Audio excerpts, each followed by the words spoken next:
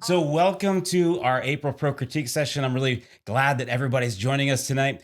Tonight, I have a feeling that we're going to talk a lot about developing themes in your writing. So if you want to learn about that, you are in the right spot. But we are going to, I almost said ProCritique as if that's an established verb. We're going to critique the work of 5 authors tonight. And I'm really thankful to these guys for submitting their stories. One of the things that I've found working with writers for a long time is that one of the best ways to improve your writing is to find stuff that's wrong with other people's writing. It's so easy to find the fault in somebody else's work, so much easier to do that than it is to find the fault in our own work. And so these 5 authors have put forward their stuff so that you can download them, you can read them and check it out, and follow along with our editor. Pretend that you're the editor and see what you can glean from this, see how well you did identifying the same kind of issues that we identified. So with that, let's go ahead and pray. And then we're going to dig right in. So, Alli, you want to pray for us? Sure. Cool. Heavenly Father, thank you so much for this opportunity to just read these stories, Lord. I ask that you would be present in this meeting, God, that as we professionally critique these things, that you would be with the authors, that you would encourage them and uplift them and encourage them to grow and to take these things really to heart, Lord. I ask that you would be with Brad and I, that you would be with our words. And in your name I pray. Amen. Amen. Thank you, Alli. Mm-hmm. So if you haven't downloaded the stories yet, go download them right now. You're going to get so much more value out of this experience if you have those stories and you can follow along. And again, see what you see in the story and then compare that to us. So if you are watching the recording on YouTube or something later, just pause it right now. Go download the stories, give them a read. And then check back in. It's going to be so much more valuable. And also when you do that, we're no longer just picking on these 5 people, but there's purpose to them exposing their work to the world like this, which is a very cool thing of them to do. So whenever we enter into a critique environment like this, I find it's helpful to mention that, having a stack of 5 stories or even a stack of 10 stories, we're unlikely to find any stories that are absolutely exceptional at this point. Maybe 1 in 100, maybe 1 in 1,000 stories is really truly exceptional, is going to get picked up by a national literary magazine or something like that. So the odds of out of 5 finding one that is really, really super good, finding a Raymond Carver or a Flannery O'Connor in there is really, really unlikely. So, we go into this expecting that we're going to find things that can be improved. And in fact, that's why these authors have submitted their work. I know that there are so many writers that are like, I know that my work isn't what it needs to be yet. And I am so hungry for somebody to just tell me what's wrong with it, right? I can tell, I have the taste that I can see that it's not quite what I want it to be, but I don't know how to get there. I wish somebody would just shoot straight with me and tell me how to make it better. And so that's the role that Alli and I will be playing tonight. By nature of that, we're going to critique. We're going to mostly find things that could be better about the story that has been submitted. That doesn't mean that the story is at all bad in any way. And it also doesn't mean that we're inherently negative people. I think we're pretty fun people. Yeah, I'm super positive. Generally. But again, by nature of the role that we've been invited into tonight, our comments will be more negative than positive because that's the value that we can provide. And also, everything can be better. Nothing comes into any environment perfect. So that's the premise of what we're doing here tonight. Our intention is to be encouraging and supportive and constructive to you. So again, so that you can, take the notes that you're receiving tonight, make the story better so that you can achieve maximum impact with the story so that you can get the opportunities that you're looking for out of it. So, Alli, is there anything you want to add to the preamble before we dig in? We're not being mean. Yeah. This is actually a very kind thing for us to be doing. All right. So with that, we're going to start with Hope in the Hopeless by Bella Raine. So, Alli, would you mind reading maybe the first 3 indents there for us? Yeah, about there. Okay. A cherry tree waves in the same breeze that cools my tear-drenched cheek. I curl my knees tighter on the small alcove, leaning my head against the windowsill. I can just barely make out the silhouette of our mailbox in the fading light. A mailbox that, except for ads and bills, has stayed empty for far too long. Where are you, Mom? Cool. Thank you, Allie. Mhm, And thank you, Bella, for submitting this and having the guts and the courage to do that. mhm. So, Allie, what are some of your initial thoughts for this story? Um, that is such a good question. So my initial thoughts for this is that I thought it was an interesting story, but I felt like all of the dialogue was the same. Like I Hmm. couldn't really differentiate between is that how I don't think I said that word right. Close Doesn't enough. matter. I couldn't tell who was speaking just by reading like the dialogue. Mhm. Yeah, I think that's a good point. And that particularly struck me with the introduction of the 17-year-old twin brother. Yeah. Who comes in and he's very wise, very sage, Very. very Mhm. self-aware, which certainly he could be. Like it's possible for a 17-year-old to do that, but Yeah. without any no one seems aware of how mature and Mhm. self-aware he is within the story. Were there other places that stood out to you, Allie? Specifically with the general, I felt Hmm. like the general should have very different dialogue, than the main character who's a 17-year-old girl, Yeah, right? Those a general in the army and a 17-year-old girl speak differently just by nature, and typically. so you should be able to tell that in the dialogue. Yeah, Mhm. yeah, that makes sense to me. And on a similar note, as I was reading, I couldn't decide if I believed that the author knew what they were talking about or not. Mm. So there's a unique situation that I've never been involved in. Mhm. I have had family members in the military, but I've never had one of them go missing. Mhm. So I don't really know what that would be like. I don't know if it's reasonable that you'd be called across the country to different meetings and things like Right. that. But there wasn't enough demonstration of factual details for me to believe that this was an accurate description of that. Mhm. And there were some details that, like, if it really is that way, it would surprise me. So I That would needed, suck. yeah, I needed some convincing that this was factually appropriate to the Yeah. situation. Mhm. I agree with that 100%, especially that they have to travel every 3 months across the United States to, like, places that are, like, 16, 18 hours away, Yeah, like, why not write in a letter if there's no information, you know? right. Just to learn nothing. Right. Yeah, Mhm. and within that though, I think there's a tremendous opportunity.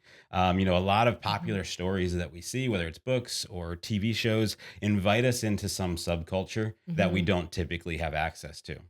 So there is this opportunity here. Like since I don't currently have any family members in the military, I will never be allowed to see kind of behind the curtain of what it is like when you have a family member who is missing in action. That is never an Mhm. opportunity that I will have. So the author has an opportunity to show us that this is really what it's like, and here's some special insight into Mhm. that kind of situation.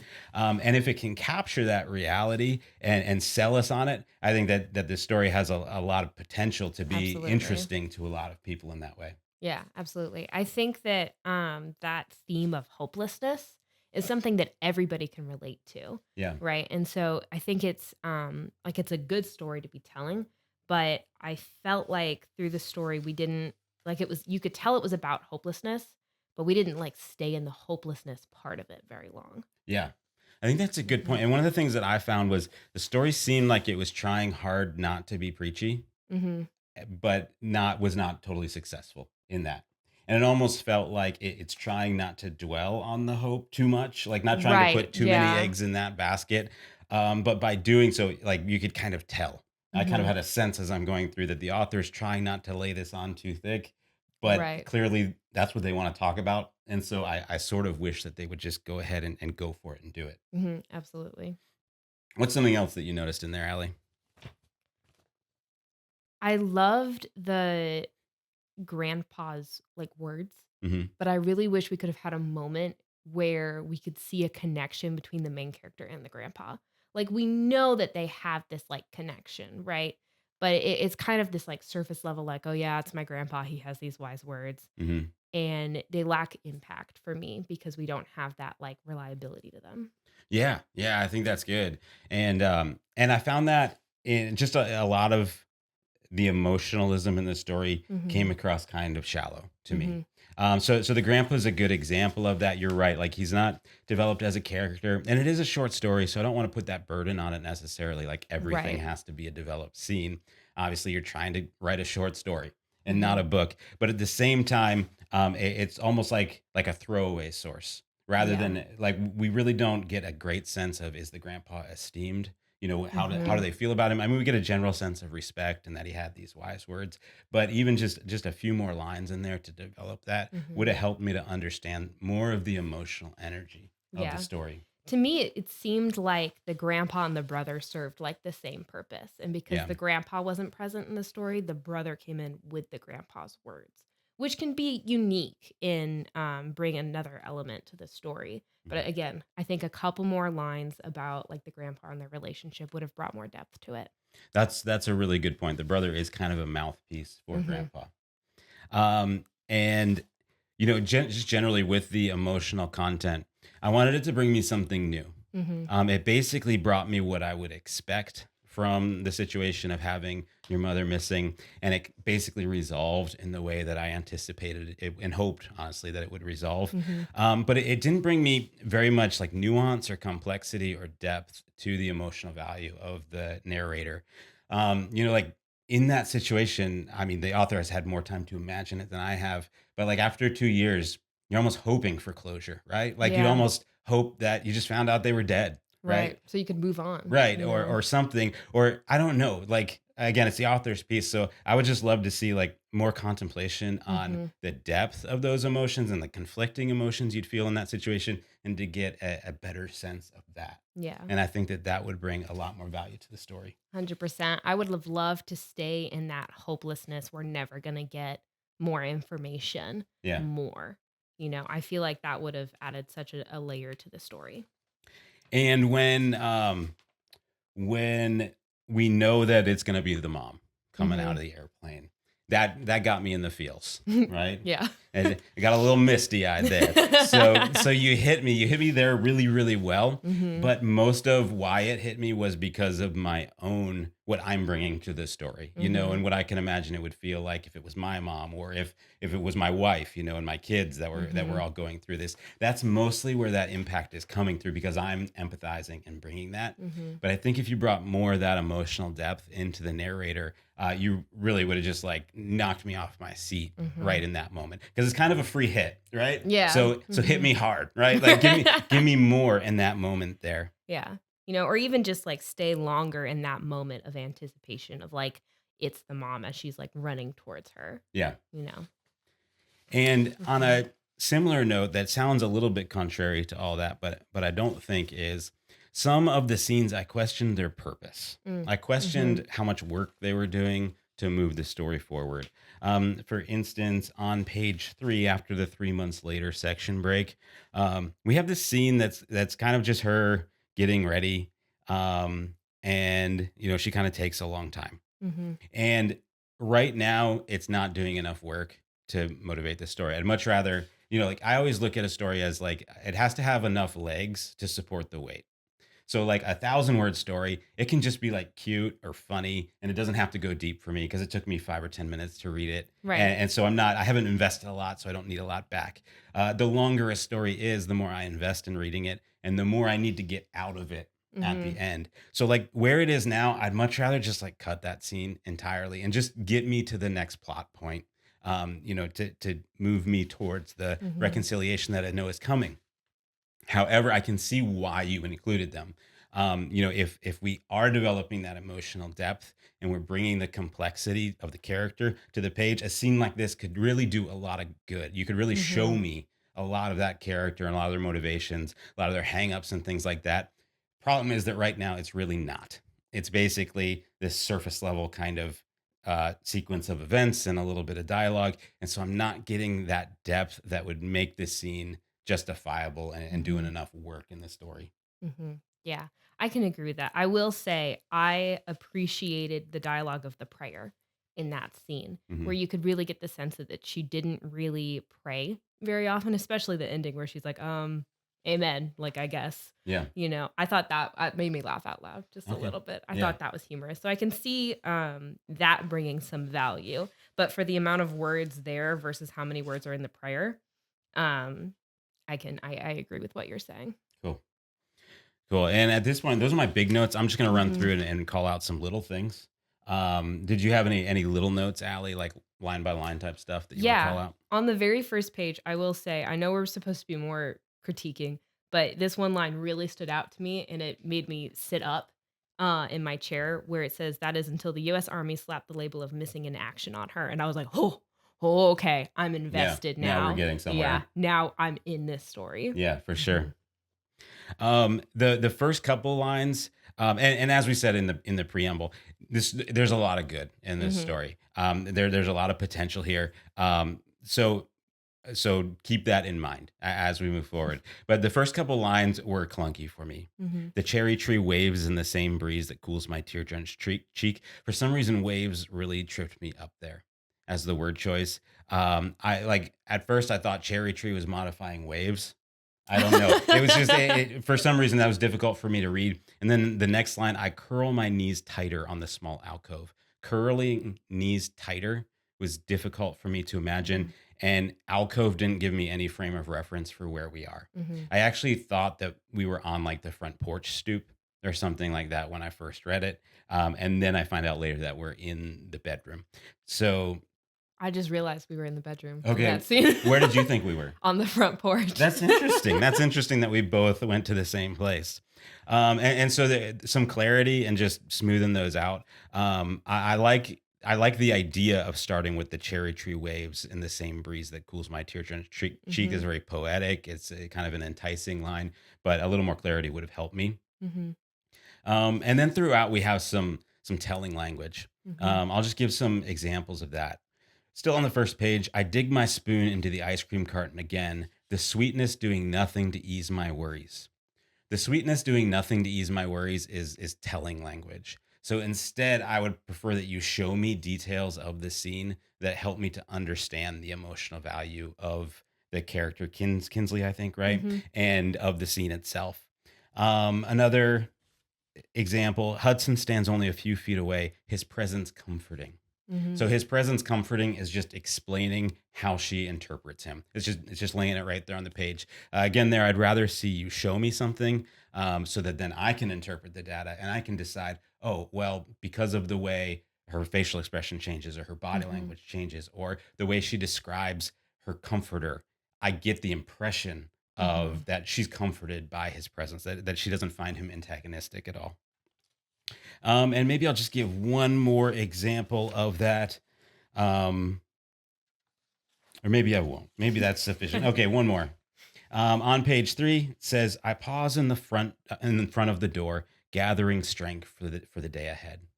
So that gathering strength for the day ahead is telling language. Mhm, If you've given me a great description of how she picks up the suitcase and how she, sets her face and mhm, grips the door handle, I'm already going to get the impression that she is like mustering up to handle the mhm, emotional stuff that's about to come her way. But when you just tell me, it kind of cheapens the piece, and it also contributes to that sense of emotional shallowness mhm, that we're picking up on the story. Beyond that, on page 2, when we are at the South Portland Air Guard Station, I have no idea what Dad looks like at all. I really don't know what anybody looks like, mhm, but Dad in particular becomes an important figure in this scene, and I don't know what he looks like. I don't know his hair color. I don't know if he's tall. I don't know how she mhm. feels Does he have a about. mustache? Yeah, does he have like a deep dad voice or like Mhm, kind of a funny voice? I don't know mhm, any of these things to help me conceptualize him. Um, and at the same time, I can't feel the room mhm, either. Like I get a few details about the kind of space we're in, but I want to know more about the folding metal chairs and the bad mhm, coffee or the good coffee and the comfortable chairs, like whatever mhm, it is. And also by the way that you describe those details, that's going to help me infer the emotional state. Like the specific adjectives and nouns that you use to put those details together is going to tell me a lot about how the narrator feels about the space that she's in, and that's going to do so much mhm, more good than telling me that she's frustrated or giving me a line of internal dialogue that shows me that she's frustrated.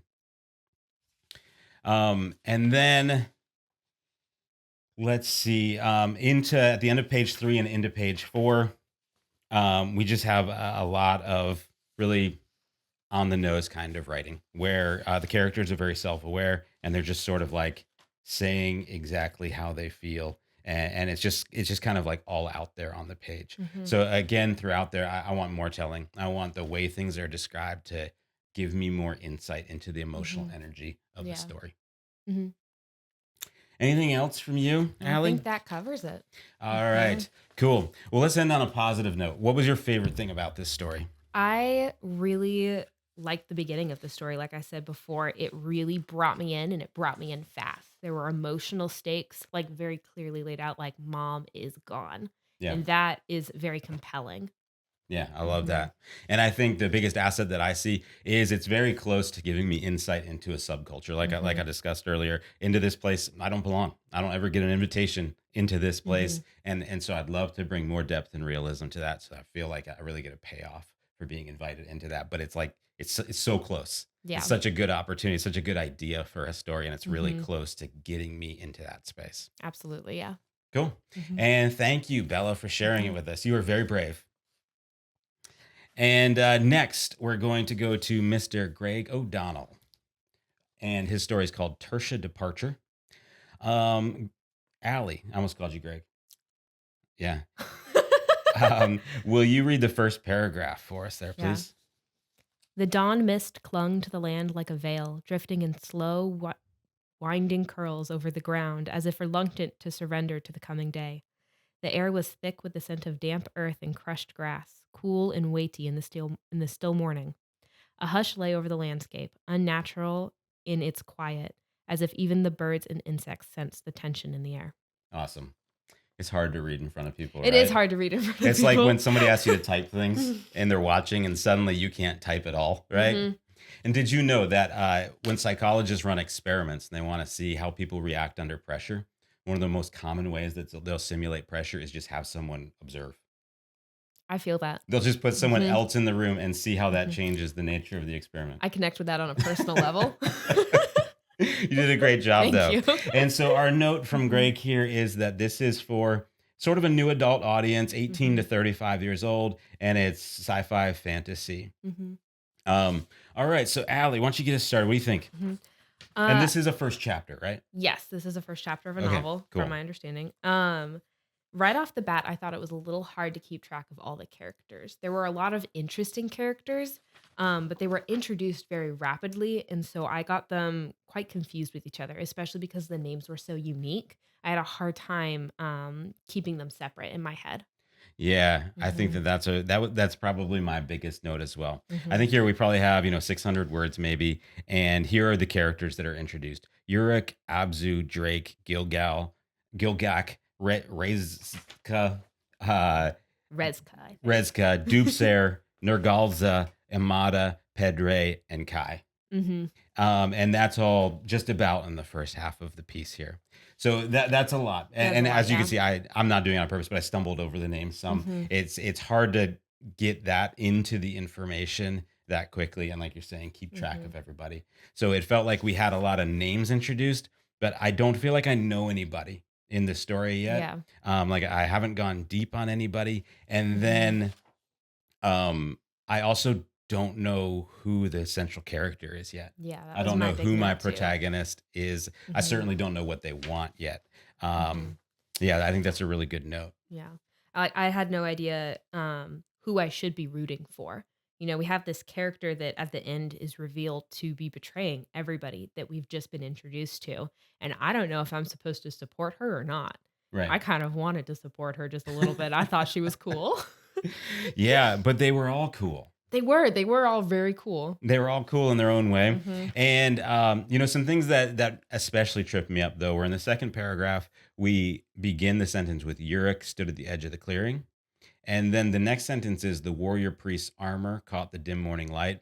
I was uncertain if the warrior priest is describing Uruk or if that is a second person. Since this is Mhm. right out of the gate here, I don't know if we're getting a list of characters yet Right. or if this is a continued description of Uruk. Mhm. And the other thing is there we open on Uruk, so I'm thinking maybe he's the central character. And Mhm. then at the top of page 2, we come back to Uruk, almost like we're Mhm. framing around Uruk, but it's so long and there's so many names, so much information dropped in there Mhm. that I really lost my bearing by the time we get back to him. Yeah.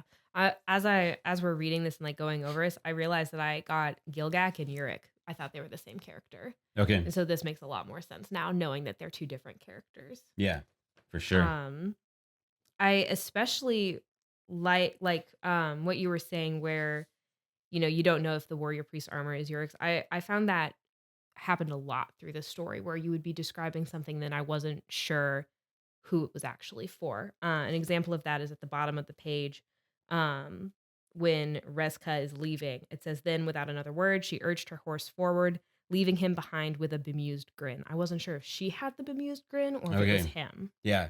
Mhm. Either I wasn't sure if bemused was being used correctly or not either. Okay, yeah. So a lot of people use bemused as like partially amused, like kind of Is it not? curiously amused. No, it actually means confused.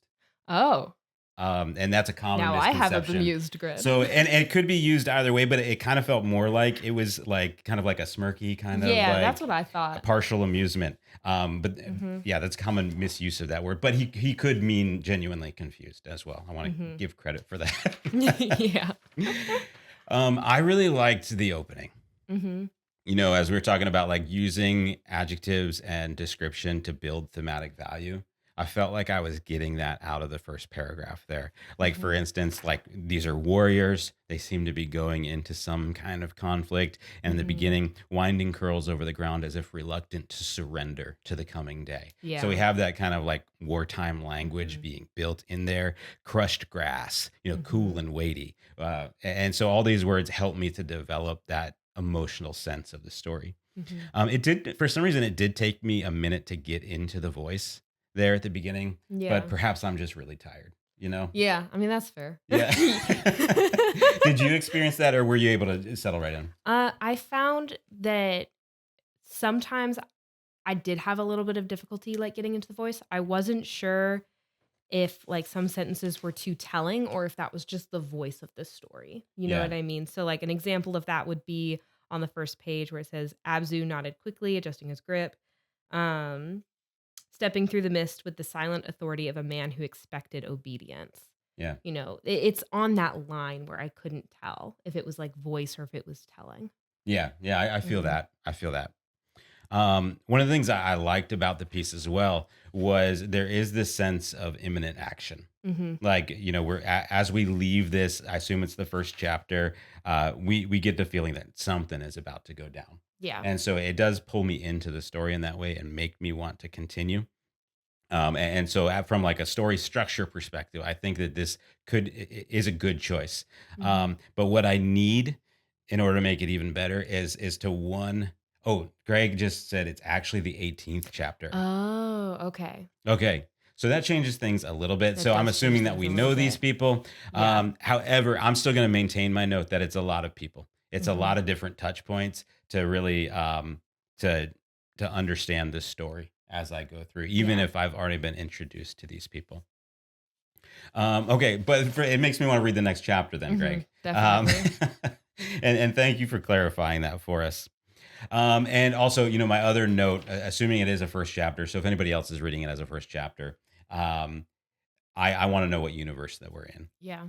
But I guess if it's chapter 18, You probably we know. would, in fact, by now, I hope, know what kind of fantasy or sci fi universe that we're in. So, a couple of smaller notes is our. Um, this is a particular pet peeve of mine. And towards about two-thirds of the way down the first page, it says Drake shot him a doubtful look, but said nothing more. I hate adjective look. She gave him a confused look. Mhm. She gave him a bemused look. Whatever. Yeah. Because my question is always, what does that look like? Mhm. Right? You're relying on me to bring all the information to that scene, Mhm. and instead of just telling me it's a doubtful look, which is telling language, I'd rather you show me the look. Mhm. Like a doubtful look. I don't know Drake yet, but is he like an eyebrows raised, cock his head Yeah. kind of doubtful guy, Is or he is a he look over your like a glasses you're like, right, like you lower the eyebrows and lean forward into mhm, you kind of doubtful or is it a guy? side-eye doubtful look like, Right? Yeah, like, exactly. "What are you doing?" And if you've done a good job of helping me to know who Drake is, and you do a Mhm. good job of describing the face, you'll never have to use the word doubtful at all. Mhm. I'll be able to intuit that, and I'm gonna have a lot more fun and be a lot more invested in the story because of that. Yeah. Mhm. Um, I was also confused about what Abzu is doing with his bow. I know a little bit about archery, not a lot, but a little bit. And it sounds like Urix has tightened that properly. Um, but his fingers moving with the practiced ease of an archer who had done this 100 times before. He's working his bowstring. I don't know what he's doing there. Hmm. Um, and I don't think it's just me not connecting with the universe. Hmm. Do you know what he's doing? No, I have no idea what he's doing. I also have that Okay, cool. underlined. All right. Um, and then this will be my final note, I think. But on the second page, just like a doubtful look, about halfway down, we have Rezka riding at the back. Let a small smile cross her lips. I encounter this in my editing all the time. A small Hmm. smile, and I just want you to pick a better word. Was it a grin? Was it a smirk? Hmm. What was it? Was it a closed lip, like a tight-lipped grimace? Like Right. tell me what it is. Better small smile is just so. I just want more. I want so much more out of that. Did you have other notes, Allie? No, I think that's about it. All Hmm. right, excellent. So thank you for sharing it Hmm. with us, Thank Greg. you, Greg. I hope that's helpful for you and helpful for others as well as you listen on. So, moving right along, we're going to Mhm. go to Pecans on Sale by C. Smithix. So, Allie, maybe read Mhm. us the first two paragraphs there, sugar, and then the next one. Sugar, of all things. The kitchen counter is chaos. Flour sack spilling, powder, chipped glass mixing bowl, shiny whisk, stack of red measuring cups, milk. I even remembered the semi sweet chocolate chips. Great. Thank you, Allison. Mhm. All right. So, what do you think of this one overall? Overall, this one really got me. Okay. Overall, I really connected with the story. I felt like the emotional flow and the pace was like well done. Hmm. And I enjoyed it Cool. quite a bit. And our note is that this is a contemporary story Hmm. for an adult female audience. Yeah. Okay. Hmm. However, I will say that the point of view or the tense of the story kind of threw me a little bit. I felt like I don't know if it necessarily jumped from being like a past to a present tense story. Um, but there were moments where I found myself tripping up on it. I felt that same way as well. Mhm. There was at least one instance where it does shift to a Mhm. past tense story. And so that wasn't totally just a feeling thing. Okay, That great. that's real. But yeah, for me as well, there was something that was a little bit Mhm. difficult to connect with the story. Maybe it was a little Mhm. bit tough to get into the voice for me and to Yeah. kind of like understand the story present and where we were. Mhm. All right, what else stands out to you? Um I found maybe it was the tense, but I found that there was like that occasional like sentence that I stumbled across, where Hmm. I had to read it like once or twice. Um like on page 2 where it says night air crystallizes reminds me of the Narnia stories. That was a little odd for me. I had to like reread that a couple times to Yeah. understand what was happening. And it's interesting because there were a lot of lines that I really liked. I Mhm. marked a For few sure. lines like, the store isn't much warmer, like walking into a refrigerator from a freezer.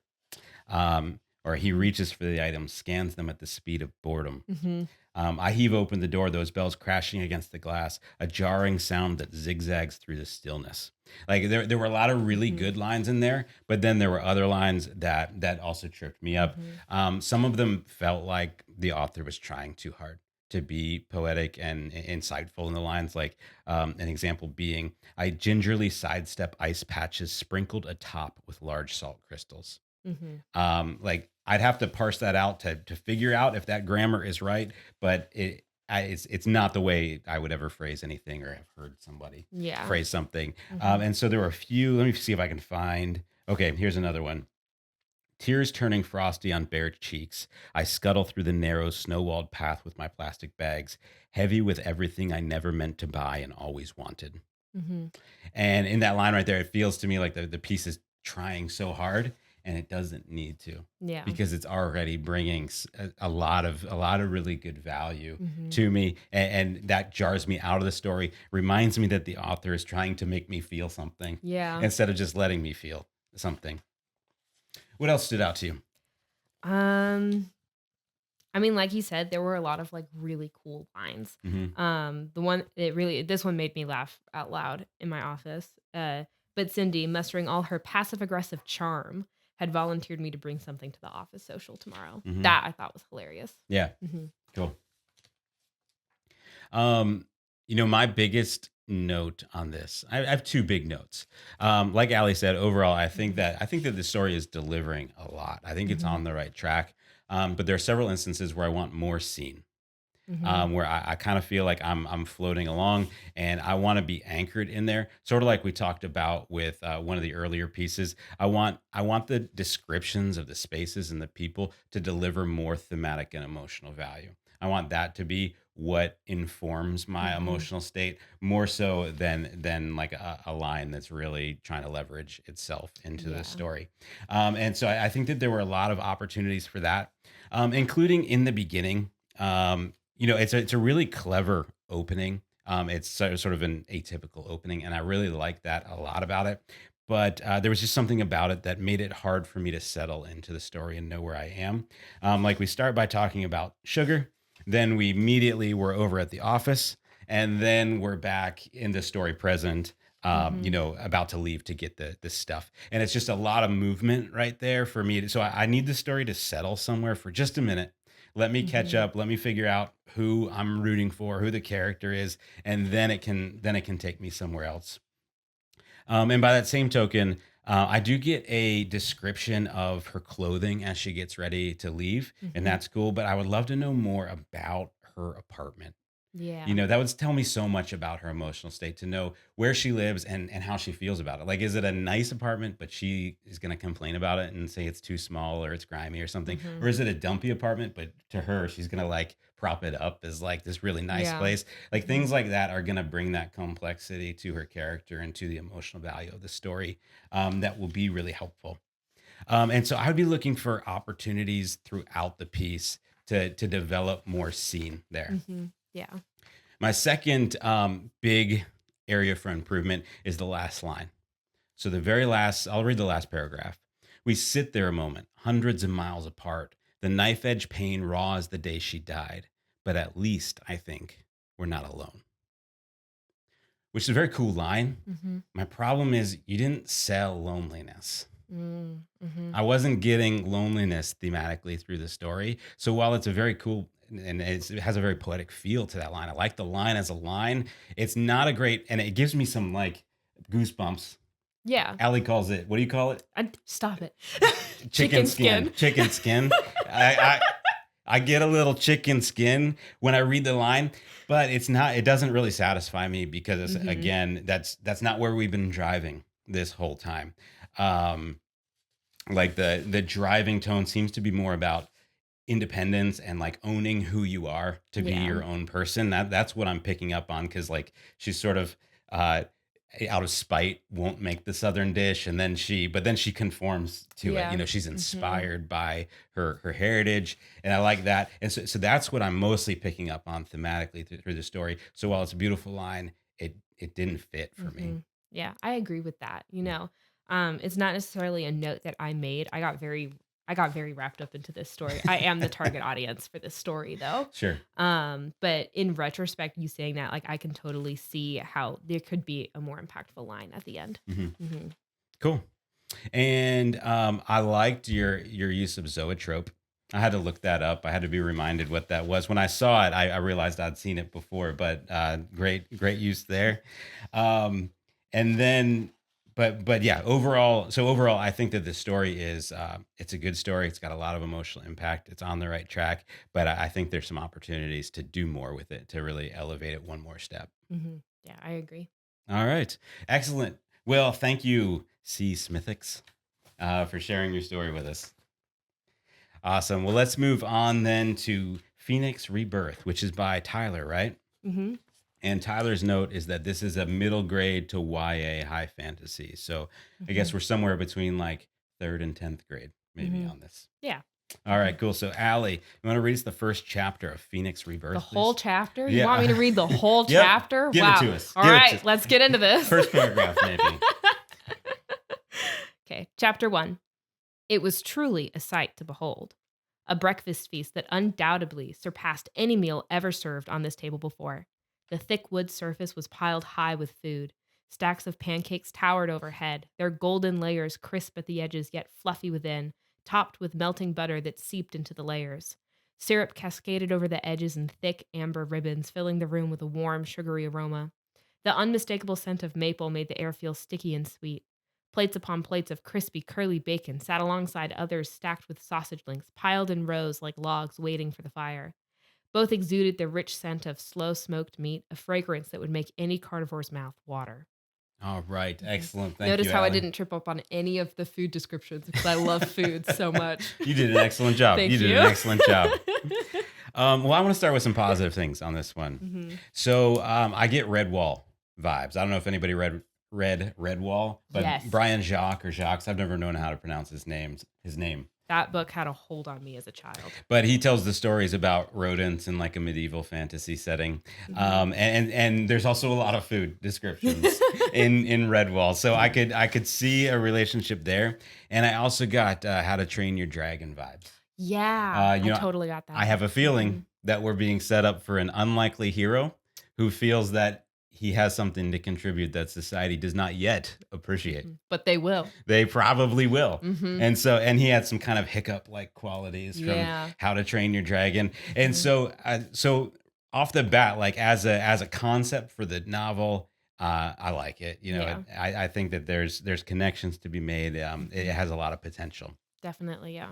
Mhm. You want to start with some positive stuff? What's your most positive thing about this piece? I really liked the description of the pancakes. Okay, yeah. I'm gonna be so honest. I liked the food descriptions. Okay. I really enjoyed the complexity too between the brother and the main character. Okay, cool. Mhm. All right. Now let's tear it up. Okay. All right. What do I you thought got? there were too many food descriptions. Yeah, Just a little. my note on the first page is too much fruit. Um, Pretty much the whole first page is just food descriptions. yeah, And then we lack description for the rest of the story, which I think is interesting. that's true. A lot of the description Mhm. attention went into the first page there with the food. Mhm. And, like Brian Jacques and Tolkien proves that, Yeah. I mean, he's not, don't shoot me. He's not always, Tolkien's not a great model to follow, but he proves that there can be a market for food descriptions. Mhm. And But tree descriptions. and tree lots of foliage that you can describe, but I don't think that you can come straight in on the first page with it. You Mhm. gotta catch me. If it's not a cookbook, you gotta catch me with the action and adventure of the story, and Mhm.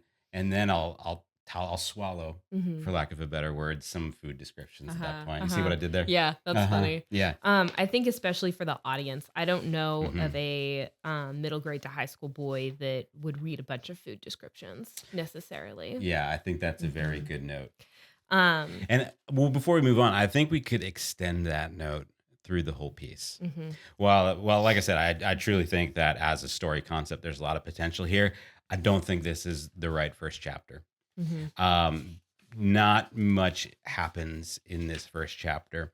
I think that this chapter will likely become an excellent world building exercise Yeah. for the author, to really develop a sense of the place that we're in, the universe that we're in. And as a reader, I develop that same sense, but I don't think it has enough oomph. There's Mhm. nothing that entices me into the story that I just have to keep reading Yeah. in this first chapter. Mhm. What do you think about that? I agree with that. I would have loved more on the dead dad. Hmm. I would have liked to have more conversation about it. Is it taboo? Did he die? Like some of them are sad, but some of them are happy. Like I just want more about that. I want to know more about what the characters are feeling and thinking about the situation. Yeah, that makes sense to me. Mhm. What else you got? Um, this is kind of back onto the food descriptions. I after we got past that, I had a really hard time picturing what they looked like. I know that they're birds, Hmm. but are they humanoid birds? I wasn't exactly sure, especially with the in the I believe it's the fourth paragraph talking about the forks and the utensils and how I had a very hard time picturing were they like using their wings or did they have hands? They did things throughout the story that were very human, like kissing them on the forehead. And like, how Yeah. do you do that with a beak? Hmm. Those were the types of questions I had as I read this story.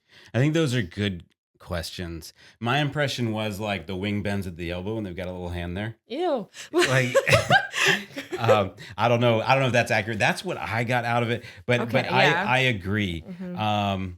that we were Yeah, I we can had a see lot that. of information, but not a lot of scene here. Yeah.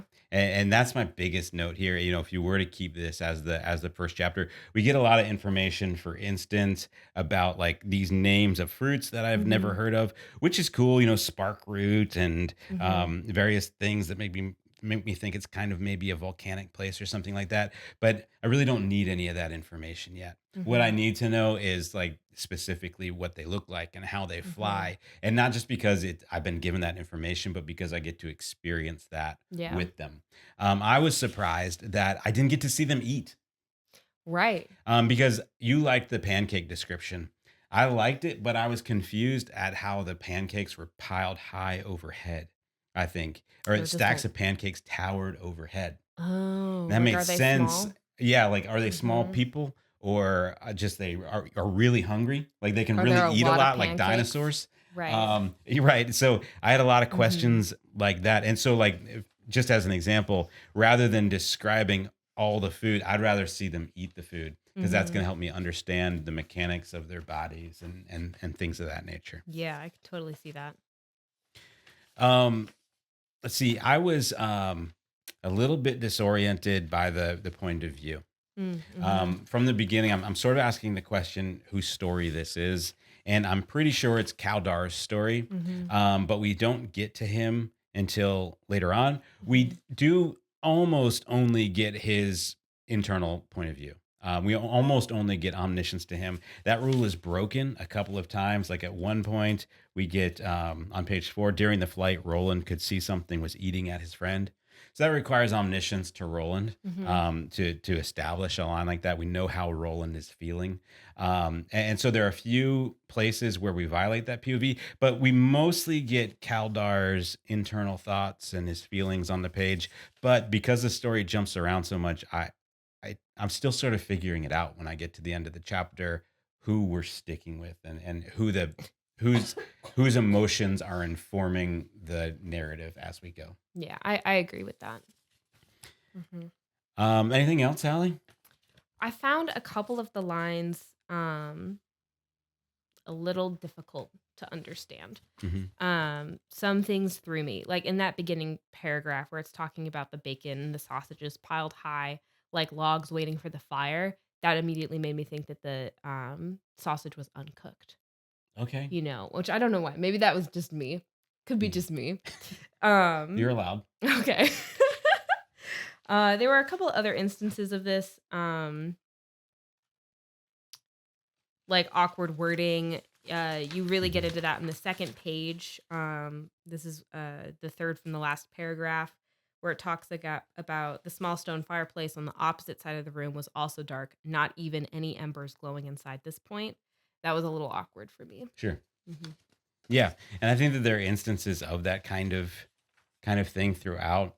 Um, Hmm. one thing that stood out to me, and this is a very, very small thing, but in the dialogue, most of the we flip flop back and forth between Kaldar said and said Kaldar. Hmm. We're inconsistent in that. I really dislike said character name. I think it's more appropriate for like children's books, because we just don't talk that way in Yeah. real life. Hmm. I've never heard anybody say that in real life. Yeah. Like go clean your room, said my mom. Like nobody ever spoke that out loud. So I think it makes more Yeah. sense to use subject Hmm. verb like that. But if you are going to adopt that convention, then I'd like to see it more consistently than that. Hmm. And that's mostly like I don't know that everybody would notice that. That's partly my editor brain that sees that. Hmm. But anytime we can achieve greater consistency, I think it's worth it. Yeah. Another note I had on just like the information that we get, with all of the normal like to us foods, we don't really get any descriptions of like where they're from. But with the not normal to us food, that's when we get like all the information. Yeah, So if that could be like, what's the word I'm looking for? consistent. Yeah, consistent. That Hmm. would help make the story like us get into the story more. Right. It draws a lot of attention to the fact that we're introducing an otherworldly thing. Right. When in fact, if we were in another world, they would just refer to it as a thing because it's Right. just a normal thing in hmm their world, right? Yeah, that's a good note. Anything else? No, I don't think so. Okay, cool. hmm So again, overall, I hmm think as a concept for a novel, there's a lot of potential here. This chapter gives me a lot of information, but what I want is more scene. I want to Yeah. spend time doing things with the characters, and I want to get a better sense of who the story is about and where the story is going. I want it to really draw me into hmm something as we move forward. Yeah. Cool. hmm All right. Well, thank you, Tyler, for sharing it with us. You are a brave man. hmm And lastly, we're going to come to Expectations, which I believe is by Hannah Stiff, right? hmm And her note is that this is a realistic YA or adult fiction story. hmm All right, cool. So, Allie, hmm maybe the first two paragraphs there? Surprises agree with me about as much as food poisoning does. In view of this, Amber usually keeps any announcements regarding random extended family visits, the latest destruction by our yellow lab, or the local HOA insanity for after dinner talk. Bearing a death or a Cleveland Browns victory, I tell her, news that disrupts our way of life can always wait. Cool. Thank you, Allie. hmm So, I'll go first on this one. The voice hooked me in the beginning. I thought that those first hmm two paragraphs were really well done. I think that you captured a masculine narrator really well for especially considering that I assume it's a female author. Yeah. Um, so you captured me, and I was interested to read the story. However, I found that the a lot of the voice was really good in the beginning there, but hmm then I lost it pretty quickly Yeah. as I was moving forward. I would agree with that. My big note for this is that it feels like a woman talking for a Okay, majority of this story. yeah. What made you feel that way? Can you identify specific I was things? looking through the story and I was having a hard time figuring out what made me feel like that. Um, I wish I knew. Okay. And that is hard. We've had that conversation on other podcasts and things Mhm. that there is something intangible that alerts us to whether a narrator is male or female, and it's really hard to pin down. But Yeah. oftentimes it's small word choice and syntax Mhm. stuff. Yeah. I did find one that I Okay. pointed out. So, for example, um, I'm not sure what page this is on. This is probably at halfway through the story where the social worker is talking to them and he says, "Do we look like repeat offenders?" That's a very guy thing to Yeah. me for hmm him to say. But then on the next page, when he sees the ultrasound and says, "It's a baby," that doesn't seem like a that seems like a more feminine thing to me to be like, "Oh my gosh, that's like a real baby." Okay. You know. And maybe that's just me, but that's one thing that like stood out to me. Okay. Yeah. Mhm. Sure. Yeah. You're allowed to feel that way. Cool. Thanks. Yeah. Big question that I have about this story is what's the moment of the story? mhm. So most great short stories have a moment that everything changes. And it can be at the beginning, the middle, or the end. So it's at the beginning, it's like, something big happens, and then we watch how the characters react to that big thing. If it's Mhm. at the end, we build to it, and then they have this big dynamic shift, and huzzah, that's the climax. Um, I struggled to know when the moment of this story was. Yeah. So if I really had to think about it, I think it's at the beginning when they find out that they're pregnant and they have to make this big decision about Mhm. adopting. But the story doesn't fully confirm that. It kind of feels like it wants to put the emphasis on the end, and I can't put my finger on the the character change and shifts in the Yeah. story in a way that is pleasing to my mind and heart as I read the story. Mhm. I agree with that, yeah. Okay. Mhm. Um, and in the same way, actually, I have a lot of similar notes on this as I had on the first story, the Hope and the Hopeless story. Mhm. So I think I'll repeat part of what I said, but maybe a little bit shorter. The way that the emotions were presented was relatively shallow. Mhm. In the same way in that story, I talked about there's nothing new, there's nothing nuanced here. In this the same feeling in this story that all the emotions were right there on the page. It was pretty surface level, and I didn't feel like I got new insight into this situation. It's a really interesting situation, a really complex, morally complex situation that you're introducing us to, but it felt pretty surface, pretty predictable in the way that the emotional situations played out. So what I want out of the story is for the author to really go deep from the Mhm. man's perspective and bring me that emotional value in a more complex way. Mhm. So like with the other stories we talked about, that primarily comes not just through telling me, how he felt and mixing guilt and joy, but rather showing me through the way things are described, through his Mhm. body language, how that's described, and his facial expressions and his tone, the tone of his voice, and things like that. But I need more. This is what I call and then storytelling. It's like this happens and then what? Well, and then this happens and then what? And then this Mhm. happens. And you could almost like peel off any scene out of this and you wouldn't lose anything because of the with if you lose the relationship between the scenes. So bringing that depth is going to cause the scenes to relate more complexly to each other so that the total sum here is more than just any individual part that I could peel off and read. Mhm. Yeah. All right. You Yeah. Sorry.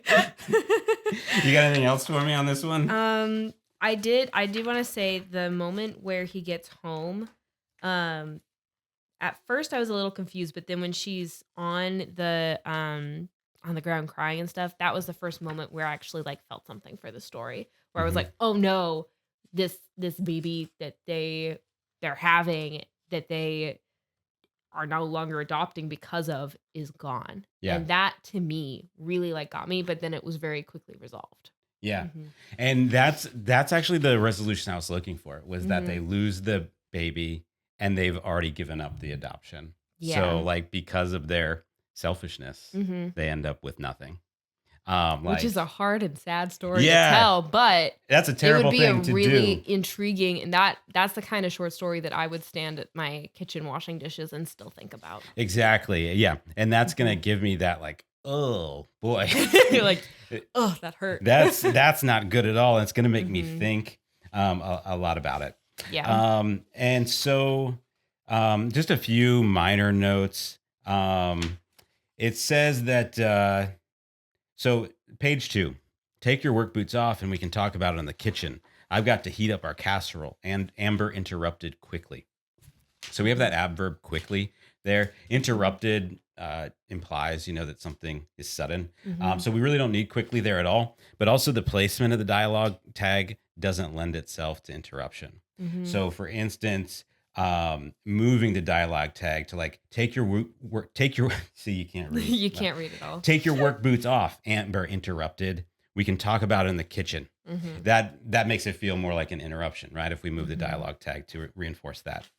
Um, there's some telling language. For instance, Mhm. on page 4, what you weren't thinking of going forward with the adoption? My mom pressed, eyeing us both with suspicious scrutiny. Mhm. So similar to my note to Greg, suspicious scrutiny rather than that's a hard phrase to That is, say. say that 5 times fast. Rather than telling me it's suspicious scrutiny, I'd rather you Mhm. show me her body language, show me her facial expression, and Mhm. let me take that data and interpret that she's suspicious. I think that would, if I can Yeah, interject, I think that absolutely. would, also aid with the parents' characters.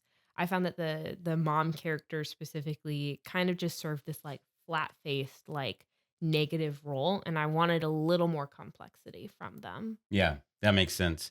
Like even in that meeting, they all immediately come out on that one side, and Mhm. I'd love to see like the dad is going to support the mom, and that's fine. Mhm. But I'd love to see a micro expression. I'd Yeah. love to see a Mhm. moment of hesitation or a body Mhm. language that reflects that he's got to make that call right now of do I support the wife Right. or do I say something different? Mhm. On page 5, I thought that you started to introduce something that was thematically really good. Amber blinked furiously. Michael, she said simply, I trust you. You could never let me down. I felt sick at the implication of her words, make our choice. She was Mhm. saying, you're the leader. The room seemed to rock for a bit, and I closed my eyes briefly to steady myself. I think that you're getting close to that emotional depth that I want out of the story there, where Mhm. he wants to defer to his wife, he wants to please his wife, but at the same time he understands his responsibility as the head Mhm. of the household. And that ultimately, at least in their household, their agreement seems to be that he needs to make this call, Mhm. right? And something like that. Now you're getting me somewhere. Like if we Mhm. can explore something like that, now you're bringing like whole new level to the story that it makes the whole thing way more interesting and enticing to me as a reader. Absolutely. Um, and last note, I was a little bit confused about the timeline. Mhm. Um, and I guess never mind. Belay that. It works out by the end. There was one small hole though. On page 2, I knew what she had been looking at when I walked in. When he walked in, she was in the basement with the dog, and she came up. Mhm. And this would imply that she was in the kitchen looking at the photo on the fridge, unless I'm misunderstanding it. Uh, that's a good question. But Hannah can look and sort that out. All Exactly. right. So, Mhm. what was your favorite thing about this piece, Allie? I think that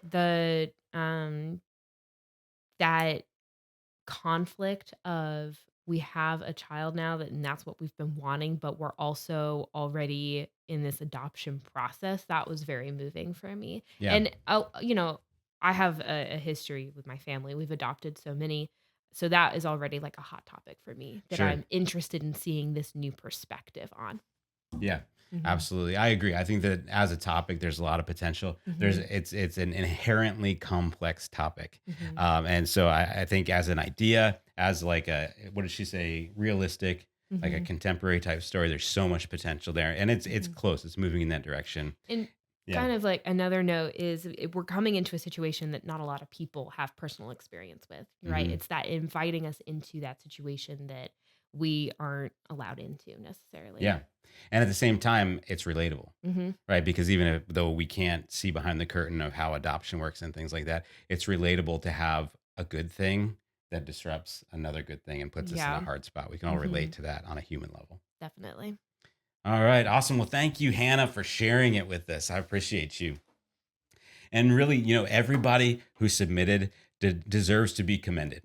Not only did you have the bravery to submit your piece and to make it available for everybody so that they can learn from your mistakes, which is a truly honorable and heroic Mhm. thing to do, but you also deserve to be commended for finishing something, Yeah. which automatically puts you in the top 1% of writers. Absolutely. So, Mhm. the biggest problem that writers face is a failure to produce. You all produce something to at least the level to submit it to a group like this. And I mean that quite seriously. That automatically puts you ahead of so many people that, want to put writer in their bio on social Mhm. media.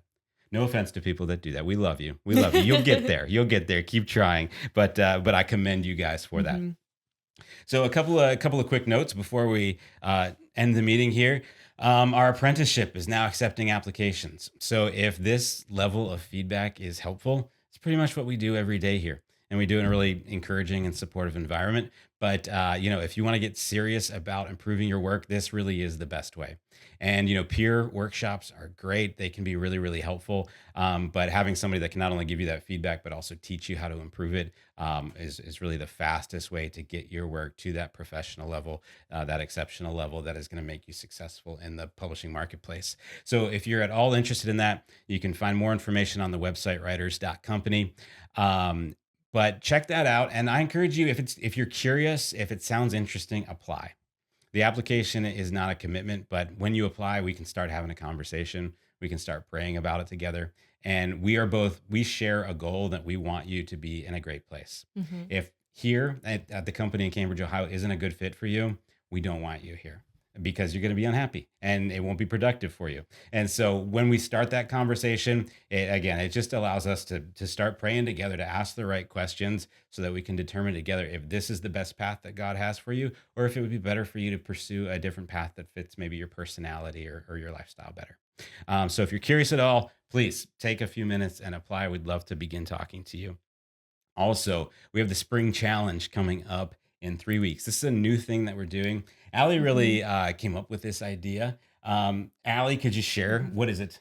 The spring writing challenge is as you could probably guess, a writing challenge that happens in the spring. What? Yeah, crazy, right? Yeah. So you sign up and you're going to be assigned to a team. There are two different teams, and you are both going to compete each week you're going to have to write a new short story, 1,000 words with a new prompt. So we're going to do prompts on characters, themes, setting, and I think it's just going to be like a really cool opportunity to get into that habit of writing every week. Yeah, very cool. So 6 Mhm. weeks, one prompt each week. You do write your own story individually, but then Yes. the teams are counted like the accumulation of their Yeah. stories. Mhm. Um, So you're really working together, you know? Absolutely. And so it's free. Go to Mhm. writers.company/spring challenge. Not you guys on the live call because it's not up yet.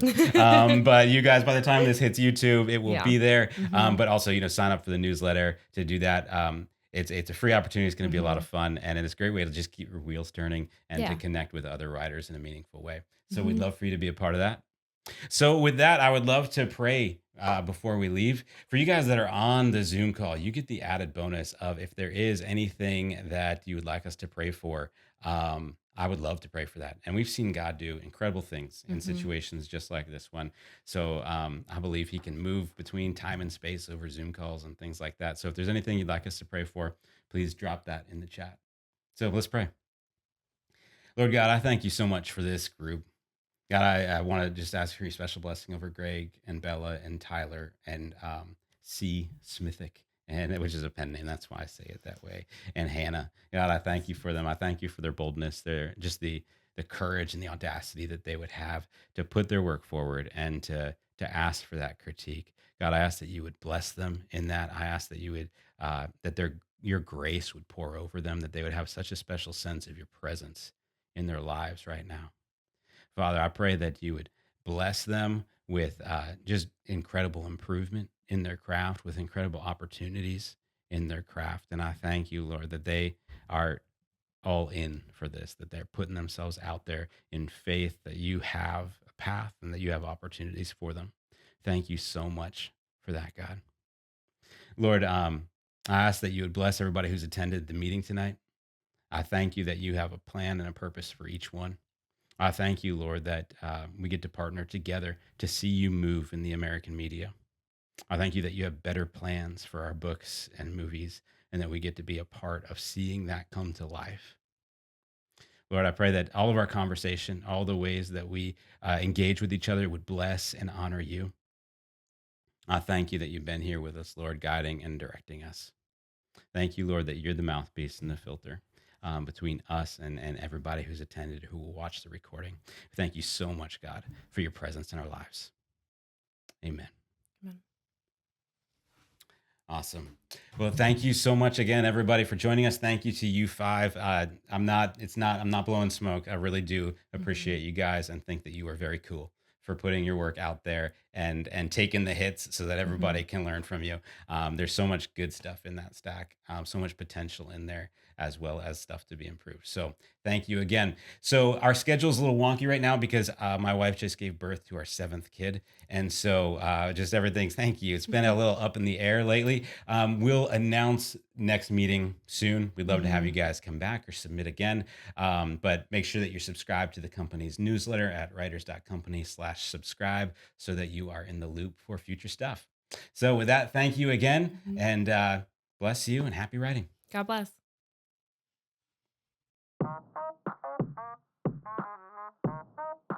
Thank you so much for listening today. Please be sure to subscribe to this podcast wherever you listen and leave us a review. This podcast was produced by Theo Pauquette with help from the company.